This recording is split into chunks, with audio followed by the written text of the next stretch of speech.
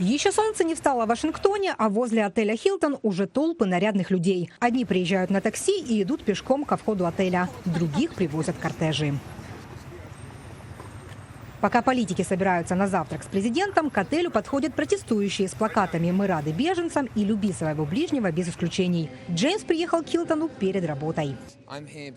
Я здесь, потому что у меня есть очень много друзей, которые работают с беженцами и которые сами иммигранты. Я хочу их поддержать. Поддерживают тихо, молитвой, ведь кричал от лозунгов. Конечно, как священник, я верю в силу молитвы, и сегодня идеальный повод ее продолжить. И я надеюсь, нас услышат.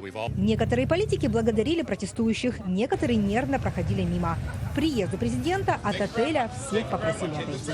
По тихий мирный протест и молитву собирались гости сегодня на национальный молитвенный завтрак. В нем примут участие около 3500 политиков, общественных деятелей и дипломатов из разных стран мира. Традиционно на национальном молитвенном завтраке выступает президент. В сегодняшней речи Дональд Трамп говорил в основном о мире во всем мире и о борьбе с терроризмом. Люди в этой комнате имеют разное прошлое. Вы представляете много религий и взглядов, но все мы едины нашей верой в нашего Создателя и зная, что мы все равны в Его глазах. Среди иностранных гостей и многочисленная украинская делегация. По разным оценкам, в Вашингтон приехало от 50 до 70 политиков и чиновников. Присутствовала бывший премьер-министр Украины Юлия Тимошенко, глава антикоррупционной прокуратуры Назар Холодницкий и бывшая соратница Виктора Януковича Анна Герман.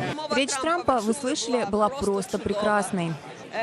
Рядом со мной сидела Юлия Тимошенко, и она тоже была очень взволнована происходящим. Приехала на завтрак и депутат от оппозиционного блока Юлия Левочкина. Говорит, для поездки взяла специальный отпуск.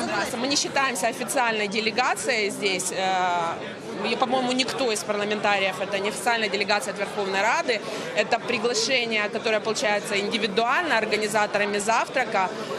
Специально есть комиссия. Политиков на завтрак приглашают официально сенаторы и конгрессмены. Считается, что участие в мероприятии бесплатное, но от приглашенных приветствуются пожертвования. Национальный завтрак проводят в первый четверг февраля ежегодно, начиная с 1953 года. Считается, что это мероприятие не политическое, и главная цель – это обмен опытом, возможность поблагодарить за дружбу и совместная молитва. Хотя большинство из присутствующих – это государственные деятели разных стран, поэтому завтрак используют для неформального общения с американскими политиками и лоббистами. Леся Бакалет, Сергей Соколов. Настоящее время. Америка. Вашингтон.